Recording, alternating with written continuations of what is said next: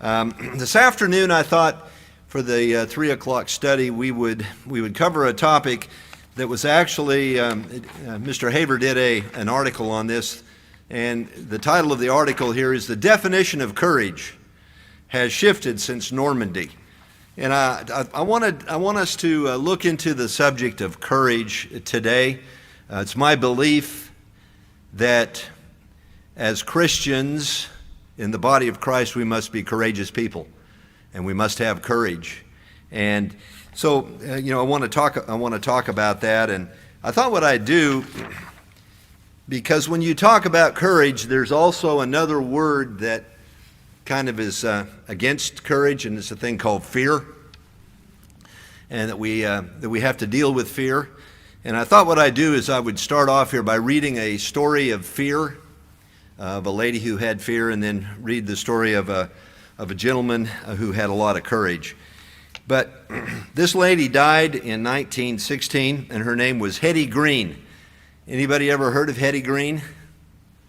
Hetty Green was called America's greatest miser. When she died, she left an estimated estate valuing $100 million. But she was so miserly that she ate cold cereal in order to save the expense of heating water, if you can imagine. And when her son had a severe leg injury, she took so long in trying to find a clinic that was free that the infection became too great in her son's leg and it had to be amputated. And I'm sure she was worried about losing her wealth. And so she didn't enjoy her life because she was fearful. She was fearful. Well, let me just say this. Fear is a thief. Fear is a thief. It will paralyze. It will keep us lonely. Fear will make us and lead us to foolish decisions and eventually rob us of life if we're not careful, unless we master fear. And we must. Fear is something we must master. So Mark Twain said this about courage. He said this about fear. He said, "Courage is resistance to fear. Mastery of fear, not absence of fear." I'm sorry, we're going to have the challenge of fear all of our days. What we choose to do with those moments is what's really important. What's really important. And so now let's read a story, and you guys will be familiar with this individual. Anybody know who Desmond Doss is? Yes, you do. Desmond was a non-combatant in World War II, and he was a Seventh-day Adventist, and his religion forbade him from carrying a gun in war or threatening another person's life. Desmond Doss. So this was very inconvenient when he was drafted into the Second World War, wouldn't you think? He was conscientious objector. So Doss, as a conscientious objector, was placed in a non-combatant battalion and was the target of, obviously, of ridicule from many of his soldiers. How many of you have seen the movie Heartbreak Ridge? I'm sorry, Hacksaw Ridge, not Heartbreak. It's Hacksaw Ridge. The story of Hacksaw Ridge is about the valor of Desmond Doss. He was serving as a field medic in Okinawa when the Japanese attacked his unit on top of a cliff, Hacksaw Ridge, and they cut down nearly every man in his unit. And Doss, thinking quickly, rigged up a stretcher that could be lowered by a series of ropes and pulleys to the ground below. Then by himself, under fire, he retrieved each soldier in his unit one at a time and lowered them to safety. President Truman said it was 75 men that Doss pulled to safety when he presented him with the Medal of Honor. But Doss insisted it was closer to 50. Who cares, 50 or 75? The guy did this on his own. He retrieved and he saved each of the men in his unit. And that was astonishing. And he was, recipient of the Medal of Honor, and he also received a Purple Heart. Now, my question is, Now, don't you think that took courage? Under fire, by himself, ingenuity to rig, a way to get his guys down off of that cliff, and then he goes and he rescues and gets all of them. Not all lived, but he got every one of the guys that were in his unit. What kind of courage? How does an individual become courageous like that? How does someone become that way? Well, that's a good question. I think without exception, every one of us would like to be that courageous, wouldn't you? I mean, don't you think? Wouldn't you want to be that courageous? I think without exception, every one of us has experienced some kind of fear as well. Now, do you think he experienced fear? I would say, yeah, he did, but I think there was something that clicked in his mind, and he was a believer, and he trusted God that he just said, I'm going to do this. And he conquered fear, had to conquer fear in order to accomplish that.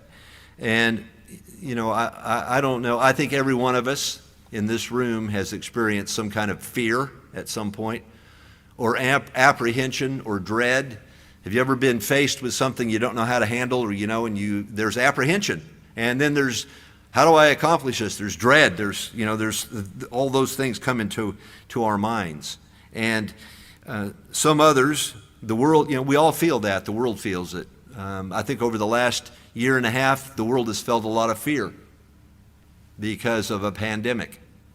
I think the world has felt a lot of fear because of the uncertainty of circumstances. But you know what? God's word very plainly tells us this in 2 Timothy 1:7, that God has not given us a spirit of fear, but of power and of love and of a sound mind. As I say, you'll find that in 2 Timothy chapter 1 and verse 7. And I believe it. I believe that God does not give us a spirit of fear. Spirit comes from someplace else. But regardless, I know he gives us, the spirit of power and of love and of a sound mind. But I still believe and know that from time to time we feel and experience apprehension and fear. Where does fear come from? Where does it come from? Well, fear is our enemy, and it comes from our enemy. That's what our enemy gives. That's what he does. It's impossible to please God if we are dominated by fear rather than having courage. Fear comes from Satan. Fear comes from that. Without courage, we can be weak and easily compromised. And we're going to look at some biblical examples of men who exhibited courage and overcame fear. And they're written for our admonition, as 1 Corinthians 10 says, so that we too can be that way, and that we can become, and be the courageous people that God wants us to be. Because if we let fear dictate what we do, we will compromise. And we will not trust God. It's just the way, fear. Revelation 21:8, just so you'll know, I'm not going to turn there, talks about, who's going to enter heavenly Jerusalem. Well, I will read it. Revelation 21, verse 8. Revelation 21. Fear is our enemy, and we must not be people who are fearful.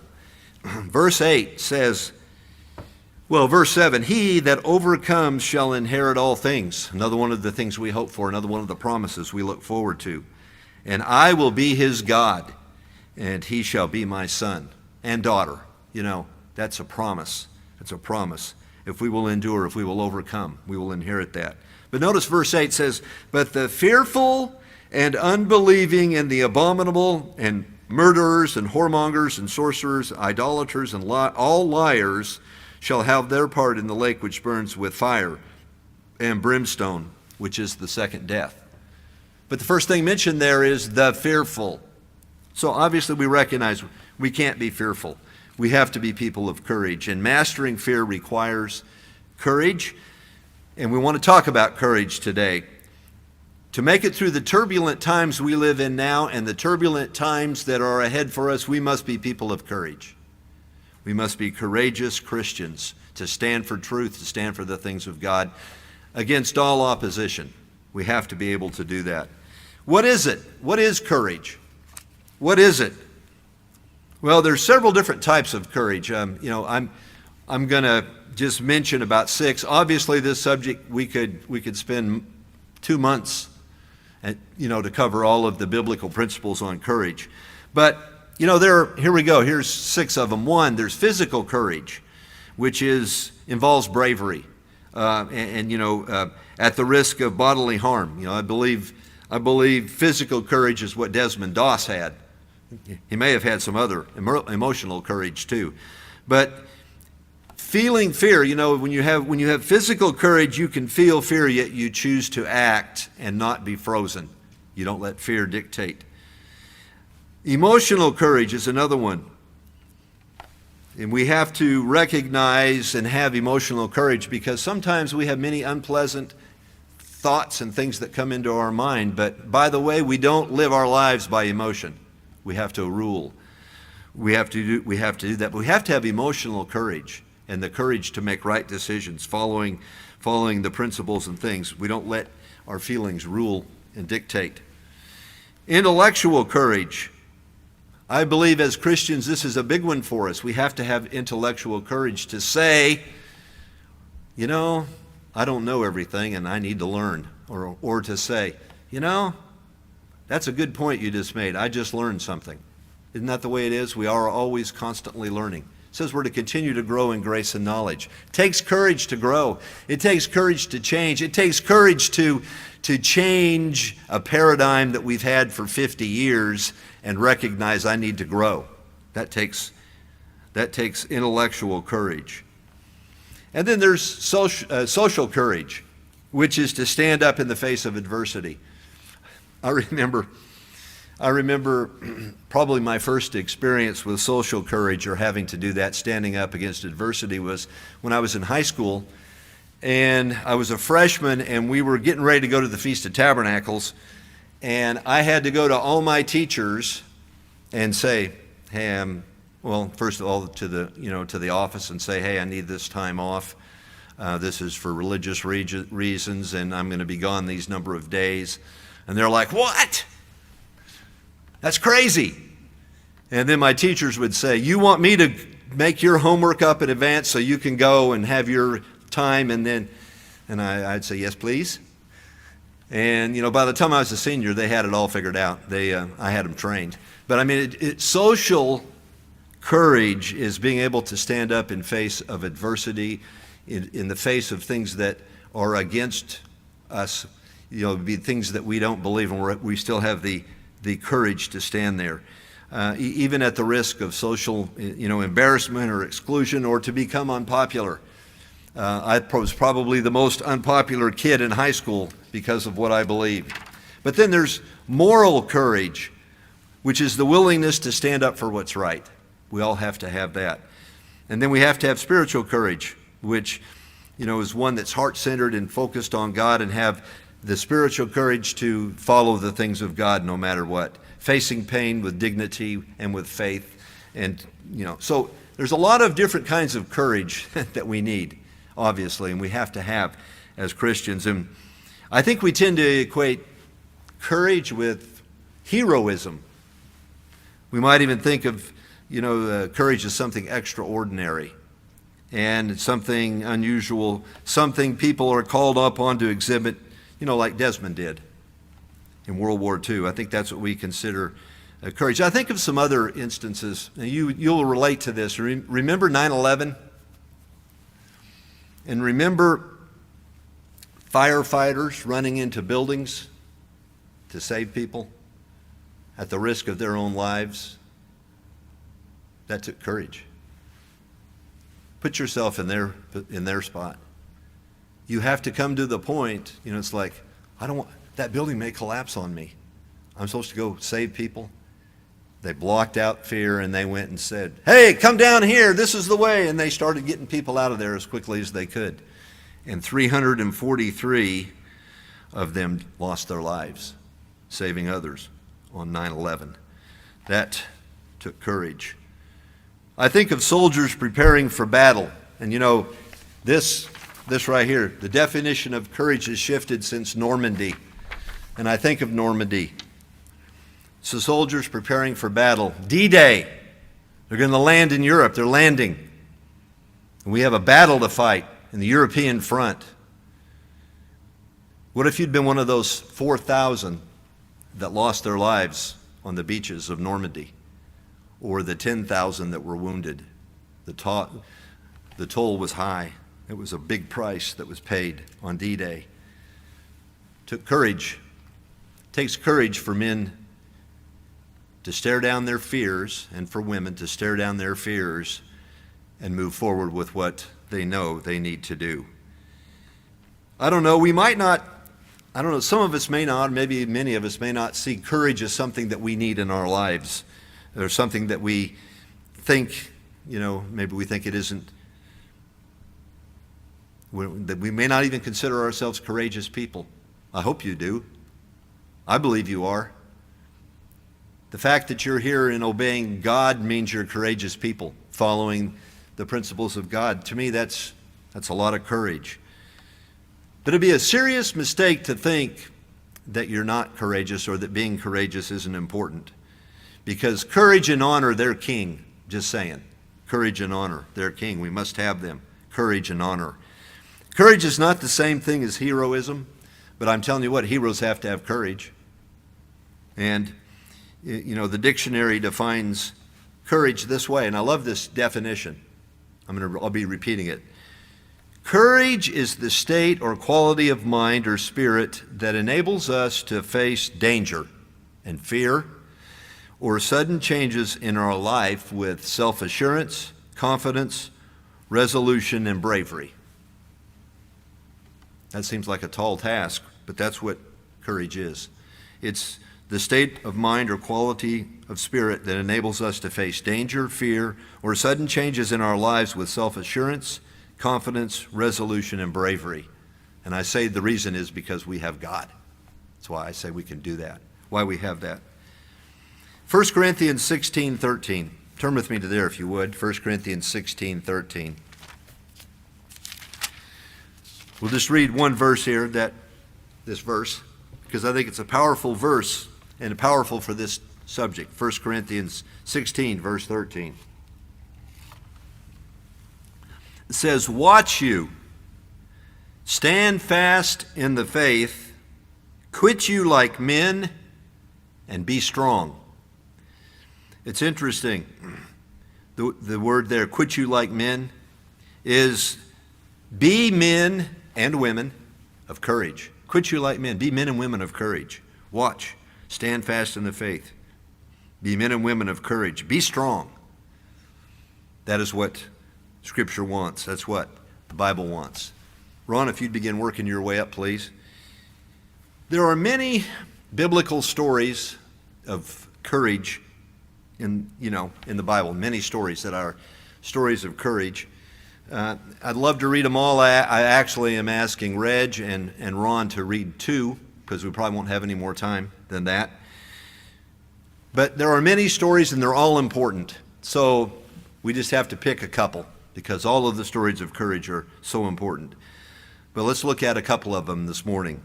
And Ron is going to read a story out of Daniel that you'll be familiar with.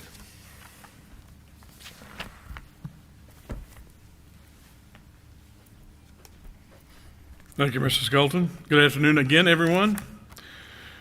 Today I'll be reading Daniel chapter 6, starting in verse 6 through verse 26. That's Daniel 6, verse 6.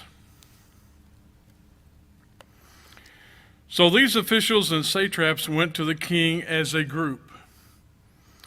They said to him, "May King Darius live forever." All the officials, governors, satraps, advisors, and mayors agree that the king should make a statute and enforce a decree. The decree should state for the next 30 days, whoever asks for anything from any god or person except you, your majesty, will be thrown into a lion's den. Your Majesty, issue this decree and sign it. According to the law of the Medes and the Persians, no one can change it or repeal it. So Darius signed the written decree. When Daniel learned that the document had been signed, he went to his house. An upper room in his house had windows that opened in the direction of Jerusalem.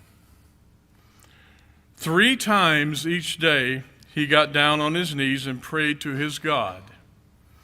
He had always prayed to God this way. One of these times the men came in as a group and found Daniel praying and pleading to his God. Then they went and spoke to the king after his decree. They asked, "Didn't you sign a decree which stated that for 30 days, whoever asked for anything from any god or person except you, your majesty, will be thrown into a lion's den?" The king answered, "That's true. According to the law of the Medes and the Persians, the decree cannot be repealed." They replied, "Your Majesty, Daniel, one of the captives from Judah, refuses to obey your order or the decree that you signed. He prays 3 times each day." The king was very displeased when he heard this. He tried every way he could think of to save Daniel. Until sundown, he did everything he could to rescue him. Then Daniel's accusers gathered in front of the king. They said to him, "Remember, your majesty, the Medes and the Persians have a law that no decree or statute the king makes can be changed." So the king gave the order, and Daniel was brought to him and thrown into the lion's den. The king told Daniel, "May your God, whom you always worship, save you." A stone was brought and placed over the opening of the den. The king put his seal on the stone, using his ring and the rings of his nobles, so that Daniel's situation could not be changed. Then the king went to his palace and spent the night without food or company. He couldn't get to sleep. At dawn, as soon as it was light, the king got up and quickly went to the lion's den. As he came near the den where Daniel was, the king called to Daniel with anguish in his voice, "Daniel, servant of the living God, was God, whom you always worship, able to save you from the lions?" Daniel said to the king, "Your Majesty, may you live forever.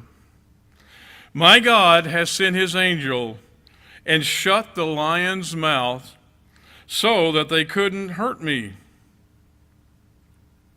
He did this because he considered me innocent. Your Majesty, I haven't committed any crime." The king was overjoyed and had Daniel taken out of the den. When Daniel was taken out of the den, people saw that he was completely unharmed because he trusted his God. The king ordered these men who had brought charges against Daniel to be brought to him. They, their wives, and their children were thrown into the lion's den. Before they reached the bottom of the den, the lions attacked them and crushed all their bones. Then King Darius wrote to the people of every province, nation, and language all over the world, "I wish you peace and prosperity. I decree that every part of my kingdom and people should tremble with fear in front of Daniel's God, the living God who continues forever. His kingdom will never be destroyed. His power lasts to the end of time. He saves, rescues, and does miraculous signs and amazing things in heaven and on earth. He saved Daniel from the lions.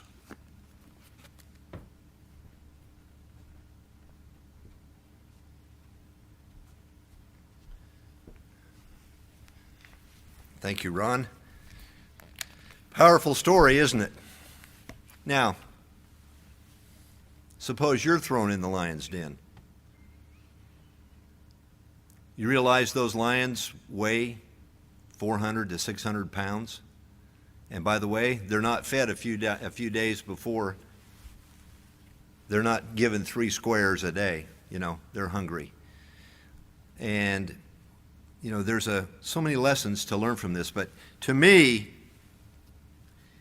the really big lesson that I get from this story is it's a great story of courage because Daniel was not afraid, number one, to continue praying and following God. Number one, he was going to follow God. He wasn't going to let, what they said cause him to deviate. He was not going to stop honoring God, no matter what the circumstances. And to me, this is the utmost story of courage. Why? Because Daniel was able to put his life entirely in God's hands.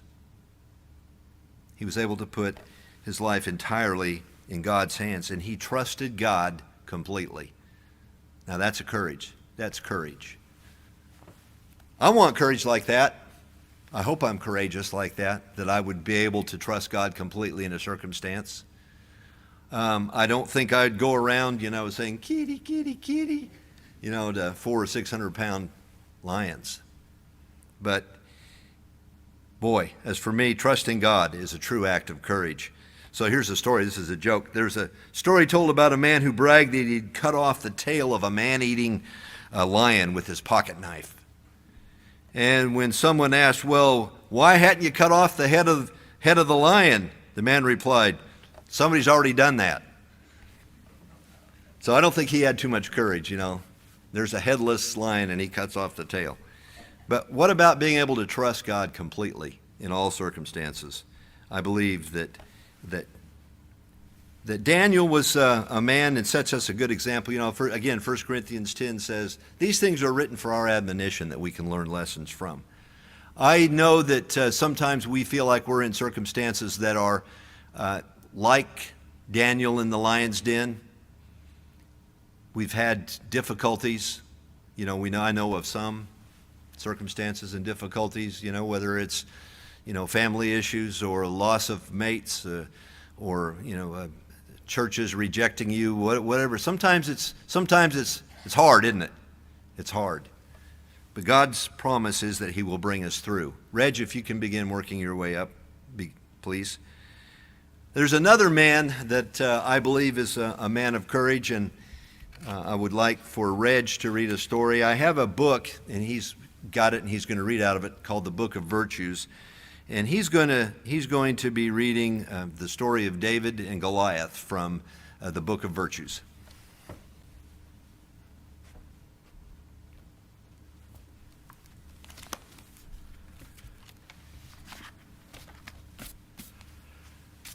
Long ago, in the land of Bethlehem, there lived a man named Jesse who had 8 stalwart sons.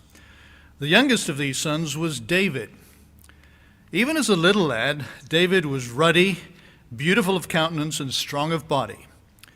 When his older brothers drove the flocks to the fields, he ran with them.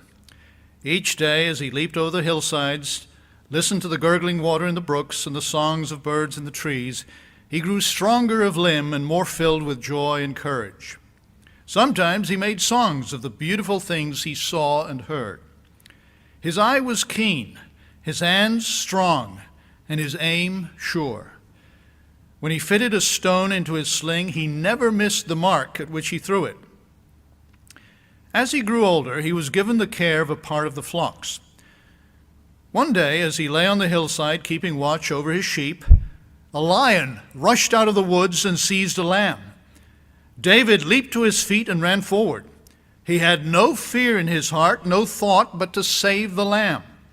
He sprang upon the lion, seized him by his hairy head, and with no weapon but the staff in his strong young hands, he slew him.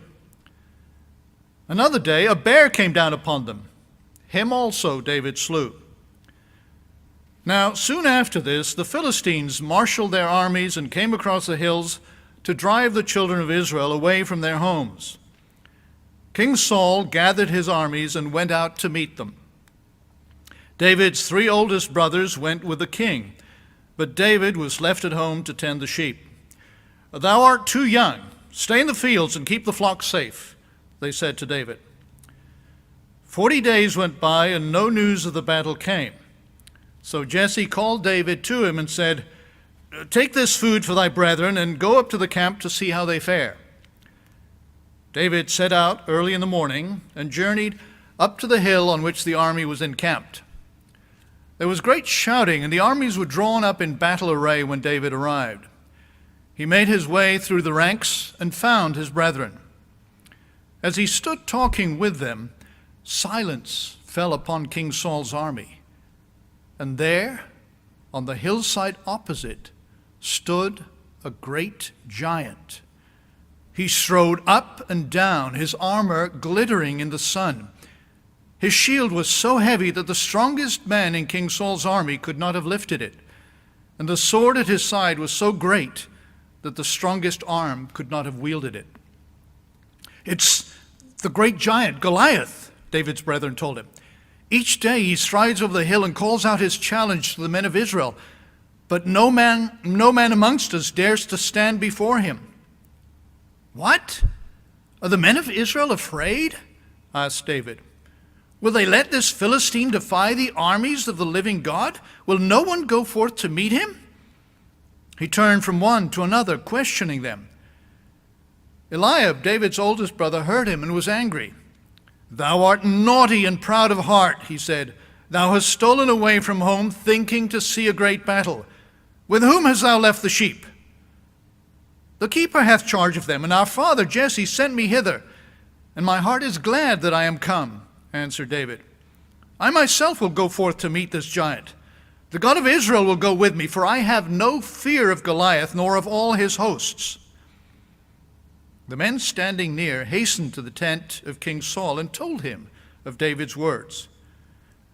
"Let him stand before me," commanded the king. When David was brought into his presence and Saul saw that he was but a youth, he attempted to dissuade him. But David told him how he had slain the lion and the bear with his naked hands. "The Lord who delivered me from them will deliver me out of the hand of this Philistine," he said. Then King Saul said, "Go, and the Lord go with thee." He had his own armor fetched for David, his helmet of brass, his coat of mail, and his own sword. But David said, "I cannot fight with these. I'm not skilled in their use." He put them down, for he knew that each man was win his battles with his own weapons. Then he took his staff in his hand, his shepherd's bag and sling he hung at his side, and he set out from the camp of Israel. He ran lightly down the hillside, and when he came to the brook which ran at the foot of the hill, he stooped, and choosing 5 smooth stones from the brook, dropped them into his bag. The army of King Saul stood upon one hill, and the host of the Philistines upon the other, looking on in silent wonder. The great giant strode toward David, and when Goliath saw that he was but a youth, ruddy and fair of countenance, his anger knew no bounds. "Am I a dog that thou comest to me with sticks?" he shouted. "Do the men of Israel make mock of me to send a child against me? Turn back, or I will give thy flesh to the birds of the air and to the beasts of the field." And then Goliath cursed David in the name of all his gods. But no fear came to David's heart. He called out bravely, "Thou comest to me with a sword and with a spear and with a shield. But I come to thee in the name of the Lord of hosts, the God of the armies of Israel, whom thou hast defied. This day will the Lord deliver thee into mine hands, and I will smite thee, that all the earth may know that there is a God in Israel." Then Goliath rushed forward to meet David, and David ran still more swiftly to meet the giant. He put his hand into his bag and took one of the stones from it. He fitted it into his sling, and his keen eye found the place in the giant's forehead where the helmet joined. He drew his sling, and with all the force of his strong right arm, he hurled the stone. It whizzed through the air and struck deep into Goliath's forehead.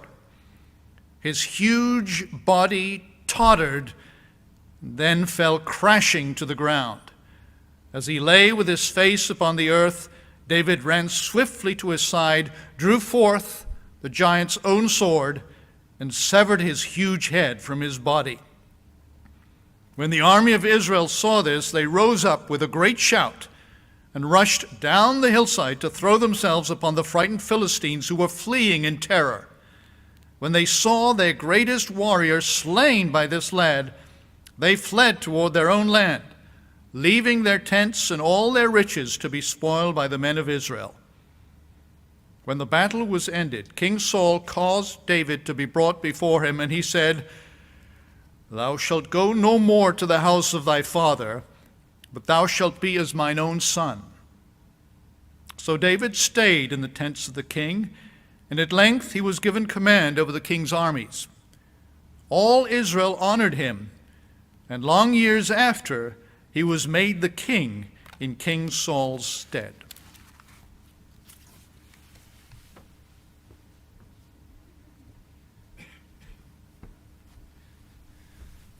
Thank you, Reg. Do you see a connection in these two stories? Courage and a relationship with God. The relationship that they had and the courage. You know, courage comes because of a relationship with God, if we can recognize that and if we can see it. I hope that we will develop a stronger and stronger relationship with God, because there are things we're going to face where we're going to need the courage, like these two men had courage. God will give us what we need when the day comes and when the time comes. He will give us whatever strength, whatever ability, whatever is necessary to overcome whatever resistance we will be facing. And we can never forget that. We think we have difficulties and we have trials. We do, but God will be with us. God says, "I will never leave you nor forsake you."